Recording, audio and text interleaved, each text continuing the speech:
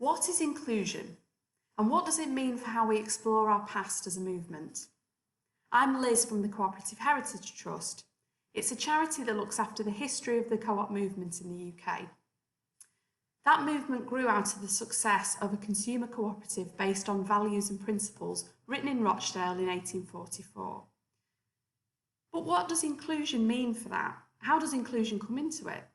What would it have meant to the Rochdale pioneers themselves who wrote those rules in the mid-19th century?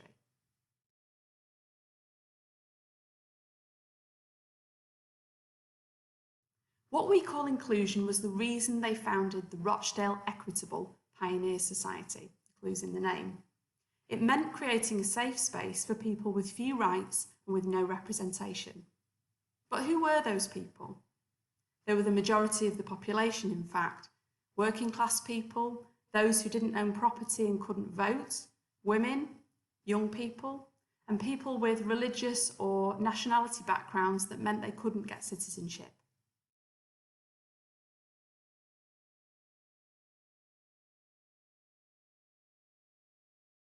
Inclusiveness might be reflected in the history of the movement by getting women to be more visibly active as members, or supporting change for those who are marginalised.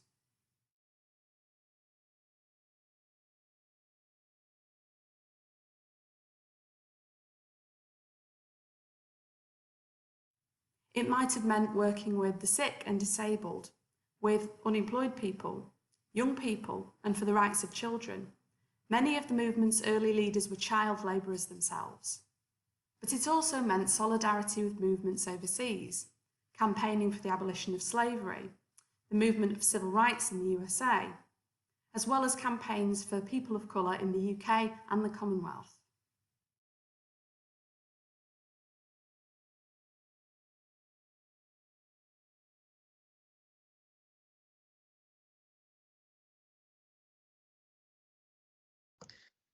Hello, my name is Denise Scott-McDonald, and I'm the new president of the National Members Council of the Co-op Group.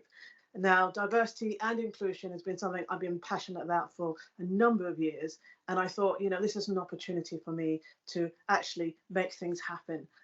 So I know one thing on the Members Council. I'm part of the Diversity and Inclusion Working Group, and one of my goals is to continue the work we're doing in that group. And in that group, we look at different ways that we can actually make the council move in the right direction. Not only that, we look at ideas and suggestions. We look at what's been happening in the past, because we're just excited about some of the things in that area to do with inclusion. The second area is also within the co-op group. Now, Steve Morrell has made some ambitious statements about diversity and inclusion and things he wants to do within the business. And I wholeheartedly support it. Things like improving the percentage number of people from Black and ethnic minority backgrounds working in management. He wants to double that number, as well as things to do with fair trade, which I think is a really great tool to deal with inequality and diversity. And then the third area is the cooperative movement generally, just outside of the co-op. Hopefully I can use my role as president to be out there asking those questions, and some of those questions are going to be difficult questions to ask, but keeping the debate alive so that we can truly be working in this area of diversity and inclusion.